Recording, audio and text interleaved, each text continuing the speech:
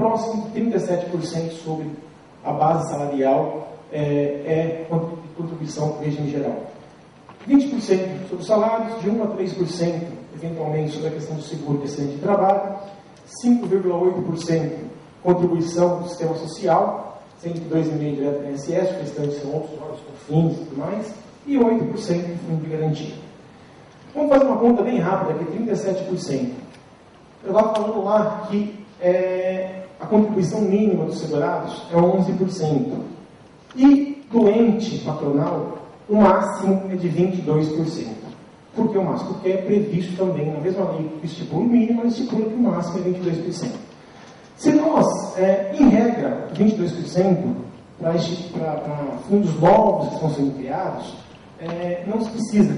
A gente vai ter uma média aí, se a gente for levar em conta todos os municípios, a gente fez um levantamento no estado de São Paulo, algo em torno de 15% a 16% de contribuição, 17% no máximo do ente patronal. Se nós formos levar em conta 37% que a administração contribui hoje, podendo-se cair isso para 22%, mas eu acredito que possa chegar a 17%, vamos fazer uma diferença aqui de 15% a 20%, quanto que isso geraria de economia para os cofres da prefeitura? Mas aí eu sou segurado, sou servidor, o que tem a ver com isso? Tem muito a ver. Tem muito a ver porque eu vi no início aqui, vocês estão elaborando um plano de cargos, carreiras e salários. Então, para ter plano de cargos, carreiras e salários, gente, tem que ter a fonte de custeio. Tem que sair recurso de algum lugar. Se a gente economizar daqui, já, não vai estar sobrando recurso? Quanto seria hoje, mais ou menos, eu tenho um cálculo, vamos fazer sempre a grosso modo, uma folha algo em torno de 15 milhões.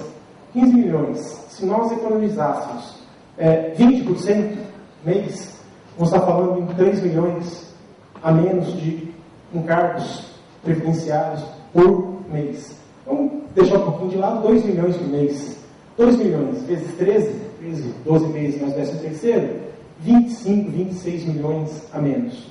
Será que esses 25, 26 milhões a menos, a criação de um RDPS, não ajudaria na elaboração de uma proposta de plano de cargos, carreiras e salários de vocês? Não vou entrar no mérito de como vai ser feito, de que jeito vai ser feito. Estou dizendo que aqui é um mecanismo que nós poderíamos estar conseguindo fontes de custeio para esse plano de cargos e carreiras. Tá? Financiamento dos RPPS. Como que funciona a estrutura administrativa de um RPPS? Então, foi aprovado, vamos criar o regime próprio aqui. Então vai ter que ser elaborado um cálculo atuarial, uma avaliação atuarial, como foi falado com vocês. Nessa avaliação atuarial, ele vai estipular as contribuições que cada um vai ter que fazer, segurado e ente patronal, e o modelo que mais se adequa aqui. Qual o melhor dos mundos? Todos esses modelos aqui. Regime de capitalização. Por quê? Regime de capitalização é aquele que eu te falei, a poupança de cada um. É onde que foi apontado no cálculo atuarial que para fazer frente a 5.400 servidores que tem aqui hoje, precisa-se de X milhões de reais. Tá, esse X milhões tem que ser integralizado ao longo de 35 anos. Qual, então, o modelo matemático necessário? Começar, então, a contribuição de 11% do servidor e mais 15%, 17% patronal. Todos esses recursos vai entrando numa caixinha, vai sendo poupado e aplicado lá no mercado, nas grandes instituições financeiras sólidas. Você vai aplicar esses recursos lá, capitalizar isso aí, ter rendimento disso, e no médio, então, a hora que começar as aposentadorias, é feito um corte, vamos colocar assim, então, o atuário estipula-se que a partir de tal data, a partir de 2015, que esse recurso vai começar a ser utilizado para fins de pagamento de aposentadoria. Nesse período aí, como que ficaria? Eventualmente, a prefeitura faria um sistema de caixa que repassaria o recurso dos aposentados que viessem a ocorrer no decorrer desse período, e iríamos ter a capitalização. Lá, com a capitalização, todo aquele mundo aéreo, dinheiro, que tem que ser muito bem gerido, que a gente vai estar vendo aqui a seguir. Então, esse daqui é o melhor dos mundos. Outras possibilidades tem, na verdade, essas possibilidades de repartição simples, e hoje está muito na moda, se vamos colocar assim, esse modelo novo de segregação de massas, são para os institutos mais antigos, eventualmente, que têm já um déficit consolidado muito grande, vamos colocar assim, um déficit impagável, então se cria esses modelos de segregação e também repartição simples. Equilíbrio atuarial. Vocês vão, se vocês chegarem a passar por RBPS, vocês vão escutar muito falar nisso. Atuarial, cálculo atuarial, equilíbrio atuarial, porque toda a vida de um regime de previdência é regrada nesse instrumento, no equilíbrio atuarial. A própria Constituição, a própria lei 9717, ela coloca a criação de um RBPS condicionada ao equilíbrio financeiro e atuarial. Então, anualmente tem que ser feita a atualização dessa avaliação atuarial. E assim, a avaliação atuarial, a grosso modo, é aquilo que eu mencionei. Vai ser feito estudo de cada um. Então, tem que se mandar um banco de dados de todos os servidores ativos para um técnico da área. Ele vai estudar qual a idade que essa pessoa tem, qual a expectativa de vida que ela tem, qual o tempo de contribuição que ela tem ainda a exercer. Depois que ela se aposentar, qual o período que ela tem expectativa, de acordo com modelos do mercado, aí, expectativa de vida dessa pessoa. E, cima de tudo isso, ela vai colocar, então, se essa pessoa se aposentar e viver mais 35 anos, ela vai ter que receber X mil reais por 35 anos, capitalizados a tanto. Ora, a soma de todos os servidores nesse cálculo, nesse modelo matemático, é o que vai dar o cálculo atuarial, que deve ser feito anualmente e apresentado ao Ministério da Previdência.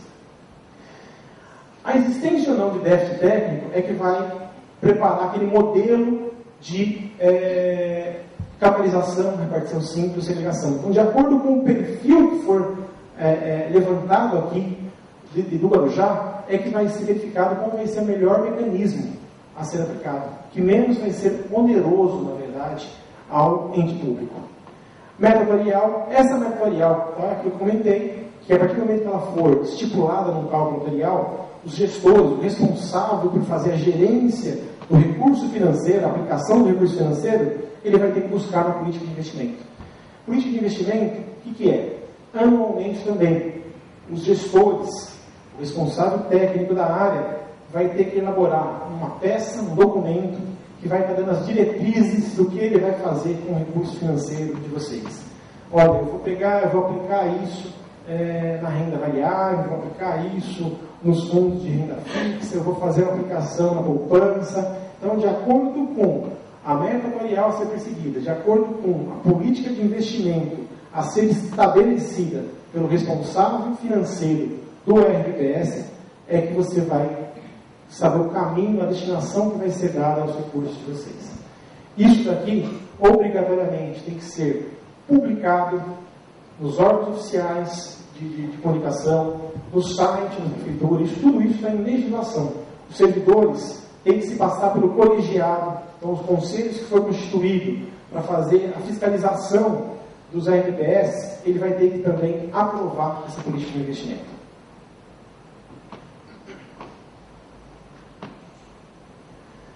Compensação previdenciária, já falei, vou passar um pouquinho mais rápido. A única observação que nós temos é que, com a morte do beneficiário, automaticamente cessa o repasse do INSS, uma questão de lógica, porque se ele tivesse no INSS, pararia também de fazer o repasse, o pagamento para eles, né? Fiscalização.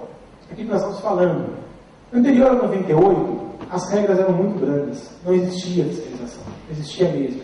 Isso aí é raro. No caso, quando tinha fiscalização, quando tinha algum tipo de denúncia ao Ministério Público, algum tipo de denúncia aos órgãos fiscalizadores, ao Tribunal de Contas, se não, a legislação, o regulamento que regrava era muito simplório. Hoje não. Hoje, o Ministério da Previdência praticamente anualmente solta novos normativos, orientações normativas, propostas de alteração de legislação, que está caminhando uma aqui, vai dar um ponto até importante aqui. Uma das propostas que está bem encaminhada, não sei se o Delube tem oportunidade de falar semana passada ou não, hoje, o recurso próprio, então o recurso de vocês que está dentro do fundo, ele não pode ser emprestado ao servidor. Tá? Por que a gente está fazendo isso? Então, fizemos uma demanda junto ao Ministério da Previdência, das associações, porque acaba sendo uma injustiça. Hoje, grande parte dos servidores tem lá, está com dívida, vai lá no banco, faz um financiamento no banco, um empréstimo consignado, pagando o quê? Pagando 1,8%, 2%, 2,5%, em caso até 4%.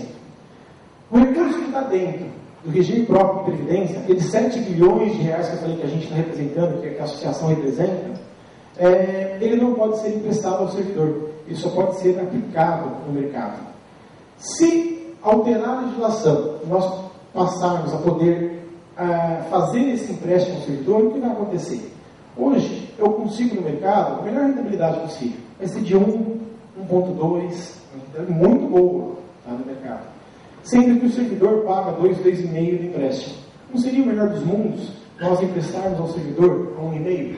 O servidor estaria pagando menos por uma necessidade financeira que ele tem e o dinheiro dele mesmo estaria sendo muito melhor rentabilizado. Então, essa demanda é uma coisa antiga que nós já fizemos, estava tendo algumas dificuldades. Recentemente, nós tivemos com a troca do ministro, o ministro entendeu, gostou da ideia e estamos sabendo já que já colocou os técnicos responsáveis para estar preparando uma minuta de alteração de legislação, possibilitando então esses recursos serem emprestados ao próprio servidor. Vamos mais longe agora. Grandes institutos que têm patrimônio muito grande, que nem vamos falar, em São José dos Campos, que tem aí 1,5 bi, ele não poderia estar financiando imóveis para o servidor? É recurso dele, é dinheiro dele. Então, esse recurso não poderia ter um fim também habitacional? Então, são situações que o amadurecimento do sistema, o amadurecimento dos gestores, da normatização, vai levar, com certeza, a médio, que seja longo prazo, isso vai estar ocorrendo dentro dos RPPS. Então, o dinheiro que é seu, servidor, vai estar sendo direcionado a você mesmo com taxas diferenciadas. Tá? Coisa importante, isso aqui, ó, gente, certificar CRP, Certificado de Regularidade Previdenciária. Isso não existia. Isso é uma dor de cabeça para o administrador, para os prefeitos, para os secretários de finanças. Por quê? O RPPS, que não cumprir todas as legislações, todos os itens predispostos na legislação, que falhar com algum, por exemplo, bimestralmente, tem que se encaminhar demonstrativos financeiros, demonstrativos de repasse, mil coisas. Se deixar de repassar ou que repasse, mas com informações que não estejam cumprindo o que a lei determina, esse CRP é bloqueado. Está aí, qual o problema disso? A administração pública para de receber todos os repasses do governo federal. Então, todo aquele dinheiro que vem lá do PAC, do programa não sei do que, todos aqueles recursos que vêm do governo federal, a administração pública, o prefeito, não recebe mais, enquanto não regularizar o CRP. Então, esse foi um instrumento que realmente, isso aqui foi um marco histórico. A hora que instituiu o certificado de regularidade previdenciária, foi o que deu realmente poder para os gestores de previdência. A partir desse momento, não sou eu que não quero mais, não vai ter a vontade política, não vai ter aquele jeitinho mais não. A partir de agora, se tiver errado lá no sistema alguma coisa, CRP bloqueado, prefeito, corre atrás, põe seus textos para regularizar, paga o que deve, acerta o que deve, arruma o relatório que está errado, porque seu dinheiro não vai vir, seu dinheiro vai ficar bloqueado. E bloqueia mesmo, gente. É uma peregrinação de prefeitos em Brasília, conversando com os técnicos do Ministério para tentar regularizar a CRP. Não tem o que, fazer a coisa certa. Então isso daqui é um instrumento que dá a garantia que o sistema de registros próprios de previdência vai dar certo. Outra coisa, Tribunal de Contas. Tribunal de Contas, até pouco tempo atrás, eles não me escutem, mas mais atrapalhava do que ajudava. Por quê? Porque eles não conheciam nada de previdência. Os técnicos que estavam lá vinham pegar informações com nós. Então, o que foi feito? Nos últimos anos foi feito um trabalho em todos os tribunais de contas, em todos os estados, qualificando e capacitando os auditores. Hoje não. Hoje os auditores realmente, eles vêm para uma fiscalização, eles analisam o que está certo e o que está errado, se está sendo cumprido as legislações federais, a legislação municipal, se existe alguma irregularidade em termos de repasse, se existe alguma aposentadoria irregular. Por quê? Porque todos os processos de aposentadoria e pensão, além de ser analisados e homologados pelo Instituto, pelo gestor, tem que ser encaminhado para o Tribunal de Contas. O Tribunal de Contas vai analisar esses processos também, verificar se não tem ninguém sendo aposentado de forma errada, se não tem ninguém que foi dado um jeitinho e passou esse processo. Então, tudo isso daqui vai ser analisado. E, mais recentemente, do ano passado para cá, essa fiscalização se tornou à distância.